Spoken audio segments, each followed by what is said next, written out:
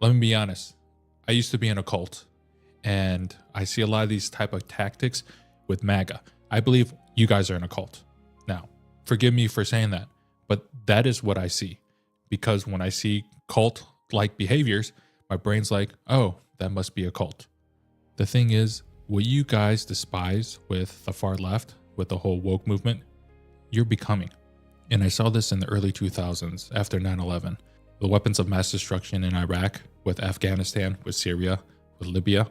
And I'm seeing all of this happening again right now. And as conservatives, as people who are MAGA supporters, you're falling into the same tactics. You're becoming hive-minded. You're becoming cult-like. We're becoming literally the laughingstock around the world. And I wish many of you could be able to travel and see how ridiculous the world sees America right now. Yes, you may say, well, we're the best. We're number one. We're the greatest country in the world. And I disagree with that. Because wasn't a couple years ago we had the whole Baltimore Bridge that fell down and collapsed, and that made international news? What about all the homeless people? What about our veterans and how we treat our veterans? What about healthcare? How come most of the world has affordable healthcare, but America, the greatest country in the world, we don't have that? Instead of having conversations, we use pejoratives. We use, well, you're just anti-American just because I question certain things, or maybe the war in Iran isn't a good thing. Maybe we shouldn't be doing other countries' biddings. And I say this because I want you guys to understand where my position is. I am not a Trump supporter. I'm not really a MAGA supporter, but I'm not a far left. So if I read in the comments, well, you're just a far left libtard. Okay, whatever. I don't care because I'm not here to argue with stupidity. I will, however, have conversations with people who are willing to have conversations. Remember how it used to be in the 80s and 90s, where even though we had political difference, we can still break bread. We can still have conversations. And was it perfect? No. But when I hear Make America Great Again, that's what I think. America has always been great. We as American people, we just fucked it up. And all of these problems is really on us because we believed in the bullshit. We believed in the media. We believed in the propaganda. And here we are at the edge of the cliff and we're willing to push ourselves off it. He ain't lying. What I wanted to discuss was Donald Trump's message a couple of nights ago, because I think this is very important and I want to bring nuance and I want to bring the other side of the entire picture to many of the MAGA supporters or conservatives or people who believe in this war. And so let's dive in what Donald Trump had to say. And so without further ado, let's get into it. As we speak this evening, it's been just 1 month since the United States military began Operation Epic Fury, targeting the world's #1 state sponsor of terror, Iran. In these past 4 weeks, our armed forces have delivered swift, decisive, overwhelming victories on the battlefield. Victories like few people have ever seen before. Tonight, Iran's Navy is gone. He isn't supporting what he's saying with facts or evidence. He's just saying what he believes. And for me, as we're listening to Donald Trump for these past weeks, his story is always changing. And to be honest, I'm personally seeing who Donald Trump really is. A man who is full of himself, narcissistic, who is a perpetual liar, and who cannot tell the truth from reality. Now, this may hurt a lot of MAGA's feelings, but let's be objective about this and see that, remember, it was only going to be a couple days, a couple weeks. Now it could be a couple months. I won the war. I need help from the allies. I need help from NATO. Please help me with the Strait of Hormuz. I don't need them at the Strait of Hormuz. Keep your ships. They're little tinker toys. All these things that Donald Trump says, it is whiplash. He says one thing, he changes, he says another. Then literally 30 minutes later, he goes on True Social and says something else. And so how can you prepare for this? How can an ally really understand what this person, this president wants when it's constantly changing? And the sad thing is China's watching this. Russia's watching this. North Korea's watching this. And you know what they're thinking? This man is weak. America is weak. After February 28th, 2026, it will never be the same. It will never be the same. And because I believe America has lost the credibility, it lost that moral high ground, and the world is finally seeing truly who America is. Their air force is in ruins. Their leaders, most of them terrorist regime they led are now dead. Their command and control of the Islamic Revolutionary Guard Corps is being decimated as we. So why is Iran still bombing Israel, still bombing America's allies in the Gulf states? Why did they just recently drop bombs on America's bases? The thing is this man, what you're listening to, they're lies. They're lies because he's trying to find a off-ramp for this entire mess that he created. And keep in mind, they have done these war games. The Chinese professor who just got very popular, Professor Jiang at the Beijing High School, he does war games. He's predicting things and people are listening because people are fed up with the bullshit. Stop lying to us and just be honest, because that's all we want. We want somebody who's going to, like you said, President Trump, not take us into war, be a peacetime president, help us with our costs, make things more affordable. But yet we are doing the complete opposite. We speak, their ability to launch missiles and drones is dramatically curtailed, and their weapons, factories, and rocket launchers are being blown to pieces. But how do we know that? Because you're not giving us actual facts. You're just giving us a statement, right? This is all just conjecture. This is all just bluster. Never in the history of warfare has an enemy suffered such clear and devastating large-scale losses in a matter of weeks. Our enemies are losing in America, as it has been for 5 years under my presidency, is winning, and now winning bigger than ever before. I mean, look at the petrol prices. Look at the gas prices. Look at the affordability. Are we winning, America? Are you guys winning? Has this helped with the quality of your life? Look at our bridges. Look at our roads. Look at people who are just hanging on by a thread. Go on YouTube. Go on TikTok and listen to how many people are moving into their vehicles. Young people, older people, people who are elderly, living in vans, living in their cars. How are we winning? How are we winning? Can we please be honest with ourselves? Before discussing this current situation, I also want to thank our troops for the masterful job they did in taking the country of Venezuela in a matter of minutes. That hit was quick, lethal, violent, and respected by everyone all over the world. That's not true. After rebuilding our military during my first term, we have by far the strongest military anywhere in the world. And now we're working along with Venezuela and are, in a true sense, joint venture partners. We're getting along incredibly well in the production and sale of massive amounts of oil and gas, the second largest reserves on Earth after the United States of America. We're now totally independent of the Middle East, and yet we are there to help. We don't have to be there. We don't need their oil. We don't need anything they have, but we're there to help. Famous last words, Americans. Famous last words. Our allies. Tonight, I want to provide an update on the tremendous progress our warriors have made in Iran and discuss why Operation Epic Fury is necessary for the safety of America and the security of the free world. From the very first day I announced my campaign for president in 2015, I have vowed that I would never allow Iran to have a nuclear weapon. This fanatical regime has been chanting death to America, death to Israel for 47 years. Their proxies were behind the murder. I want to put some more nuance behind that because it does not contextualize what actually happened. This is the culmination of a 70-year project. We can go back to Mossadegh in 53. This was always trying to tamp down on leaders who didn't bow down to the dictates of global capitalism. Back then, I mean, it was about nationalizing oil.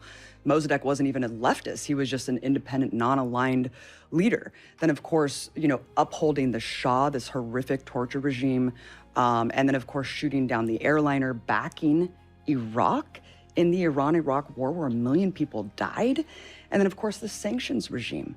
The sanctions regime crippling the infrastructure, depriving ordinary citizens of medicine, spiraling, economically asphyxiating Iran, the assassination of Soleimani. I mean, you look at just the grand chessboard of what the U.S. wants. They want imperial domination in that region of the world. Of course, they have similar interests to Israel.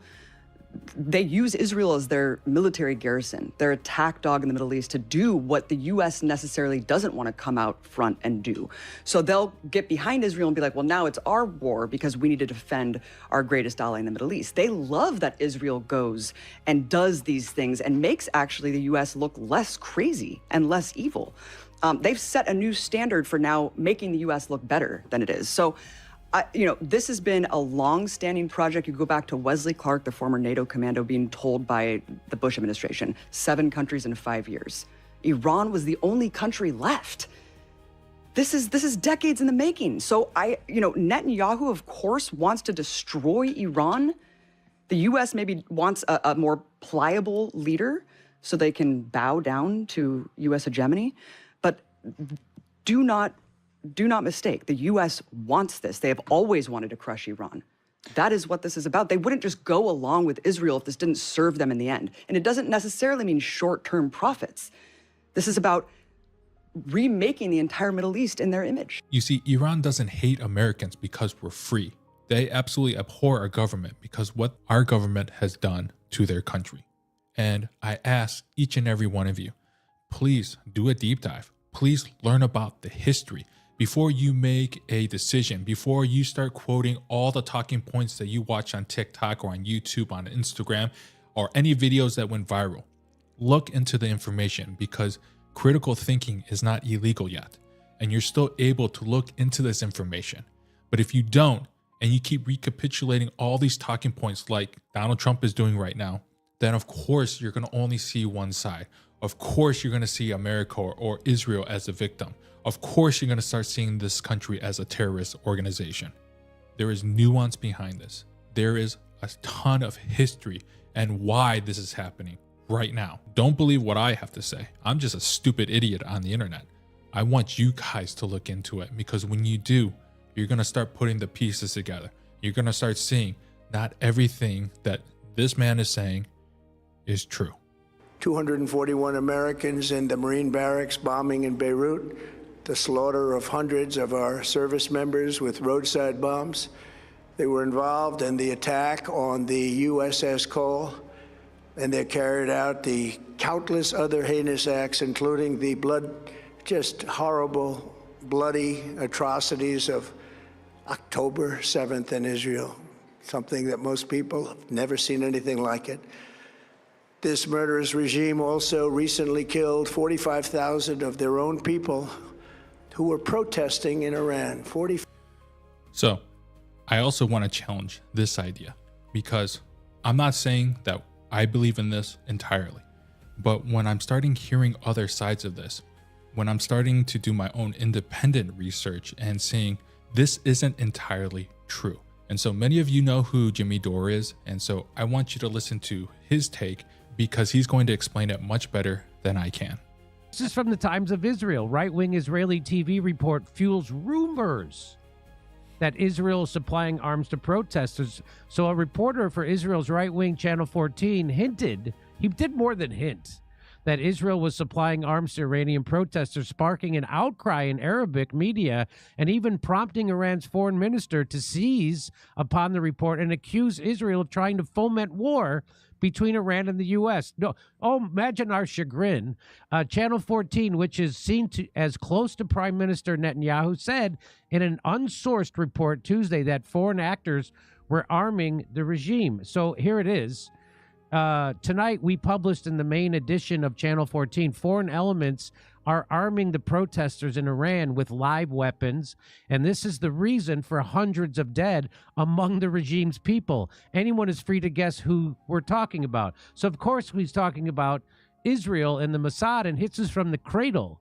The cradle says that here is footage that shows a highly trained group of individuals preparing an attack in Iran on Thursday, January 8th, loading weapons, concealing firearms under clothing, and using satellite communications believed to be linked to foreign intelligence agencies. Okay, so let's watch a little bit of that. So here they are. So there they are unloading the satellite system of communication right there. There they are, terrorists with a rifle. Here's some more. Terrorists with a submachine gun.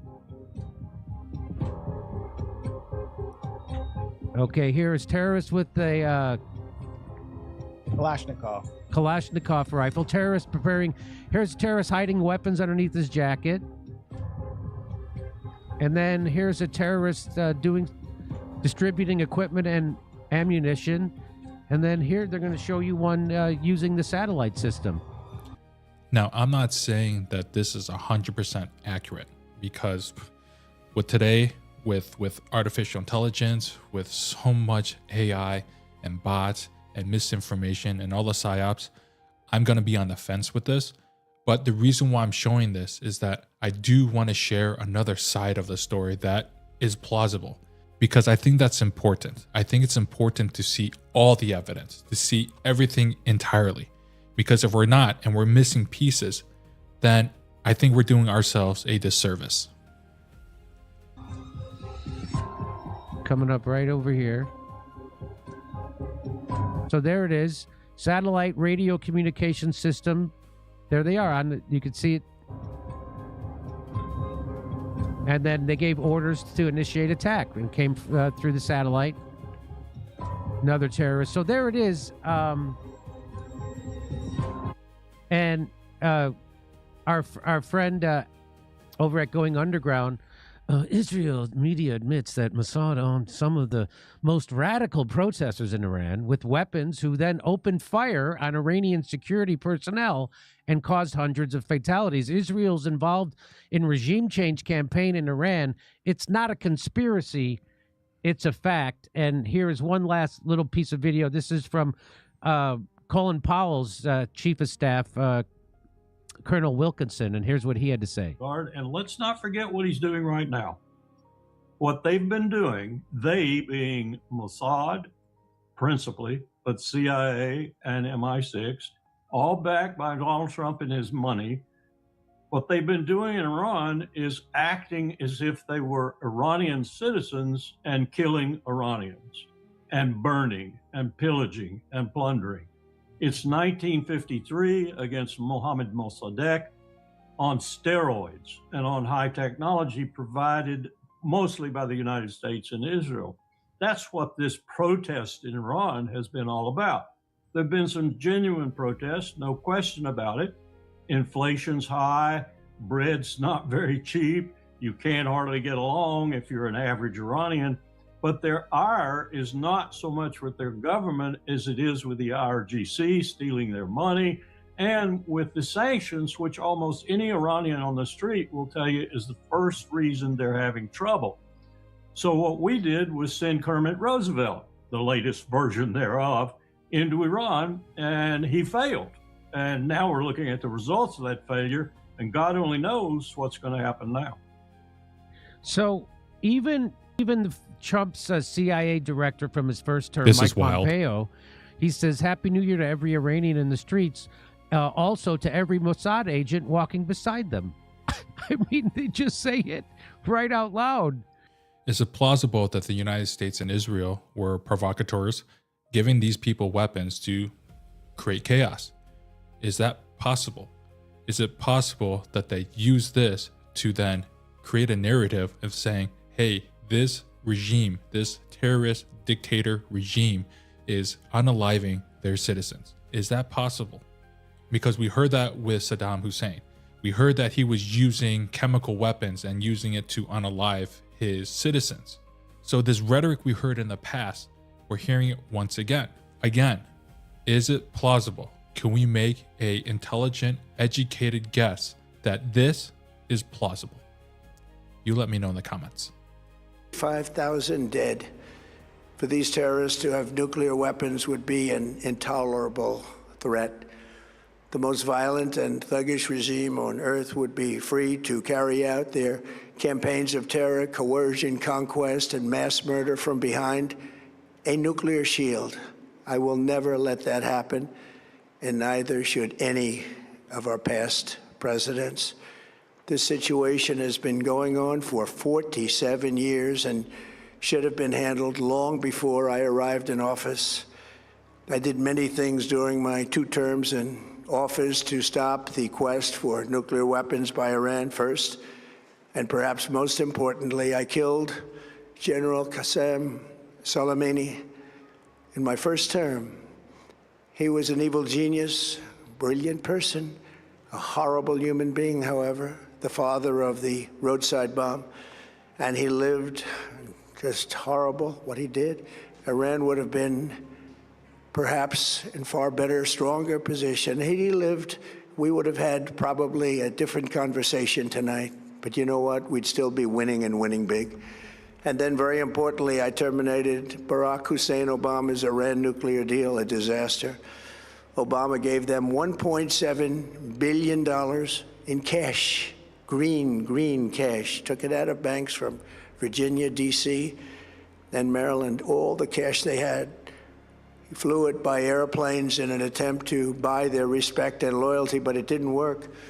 They laughed at our president. And my problem is that how he's flexing about this, even though we took sanctions off of Russia and even Iran, and Russia is making possibly after this whole thing billions of dollars, which again, they're going to build up their army. They're going to also help Iran build up their drone defense. And so it is this swinging door. If you're going to shit on Obama, I get it, right? I totally understand that. But you also have to take accountability for your actions as well, too. And so, look, you can believe in what this man's saying, but that is a stupid flex in my opinion. What he's doing, in my opinion, is significantly worse than what Obama did. Went on with their mission to have a nuclear bomb. His Iran deal would have led to a colossal arsenal of massive nuclear weapons for Iran, and they would have had them years ago, and they would have used them. Would have been a different world. I'm going to stop here because I just really want to give out this main point. I will link this video in case you haven't seen it, but I'm assuming most of you have. Last year, we went to Iran and we blew up all their nuclear programs, and Donald Trump says we won. It was success, that whole 12-day war. And so do you see the logical inconsistencies? The thing is, we had Joe Kent, and regardless of how you feel about that man, he was in the inner cabinet of intelligence with Donald Trump, and he said that Iran had no nuclear weapons and that there was no imminent attack. You have to understand that this whole rhetoric has been said for over 30 years. Netanyahu has been saying this for over 30 years. How can we take these leaders, these people of power, with all credibility and believe anything that they say? Because everything, in my opinion, that this man has said has been a complete lie. He bamboozled you, MAGA. He bamboozled you.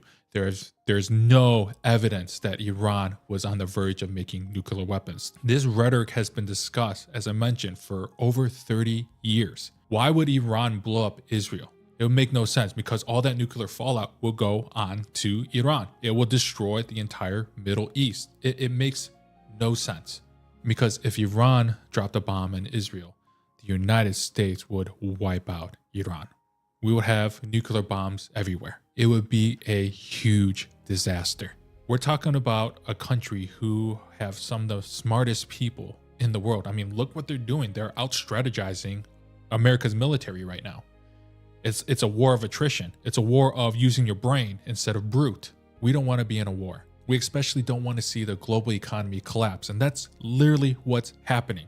We've had people talk about this. Ron Paul, when he was running for presidency, he literally was talking exactly what Iran would do. And here it's happening.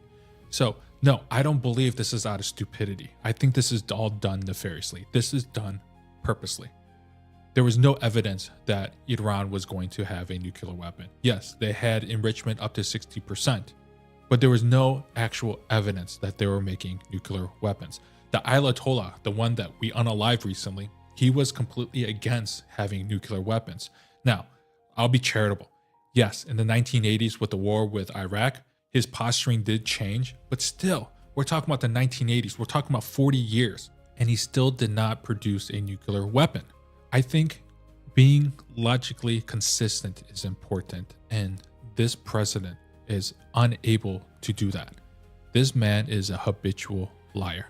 He is a person of destruction, a lawless person, the lawless one, a man of perdition. And so instead of actually listening to generals or people who are saying this is a bad idea, he got rid of them. Instead of standing up to other country who tried to force America's hand, he capitulated and he showed how weak he is. And so now, even after he flexed about literally kidnapping a sitting president, regardless of how you feel, could you imagine if that happened in America? See, the double standards is that's what angers me the most, the hypocrisy, because many of you who support this, you live in a bubble, you live in an echo chamber. You have never went out of the country and actually saw the world and have conversations with people, because MAGA, you are just as bad as the woke left. This isn't about Democrats or Republican. This is about a uniparty. This is about the Jeffrey Epstein party. These are about the people in America who's ruling over us, the ruling class. I'm tired of us just being in the background watching our country being destroyed within. I'm tired of people who want to believe in this Messiah-like figure. I'm tired of it. I'm tired that we shit on our Constitution. I'm tired that how we can say that a man named Alex Preddy could get unalived by ICE agents, and then you have the MAGA group saying that, well, he deserved it. This is why we support our president. The hypocrisy disgusts me, because it's not about left or right. It should be about us Americans, United States. And instead of having leaders who are going to bring us closer together, they separate us even more. We have been bifurcated as a country. And Trump's doing it. Biden's doing it. Obama has done it. So these tactics aren't new, but yet you guys want a champion. You guys want a savior. You guys want a Messiah who's a man who has flaws, who's a liar, who is a man of destruction. That is your hero. My hero has always been Jesus Christ, Yeshua HaMashiach. That's my hero. We are watching the America that we love collapse. And instead of us standing up against this tyrannical, unconstitutional president, we support it. We celebrate it. We parade it. So as you laugh, as you celebrate, majority of the world is looking at America, scratching their head and asking, why are they laughing? Why are they jovial when the country that they're living is burning? But if this channel brings value, I do ask if you can please like, share, comment, and subscribe, and hit that hype button and help me promote this channel. Thank you for watching. Thank you for supporting this new channel. And with that said, and without further ado, let's get into it.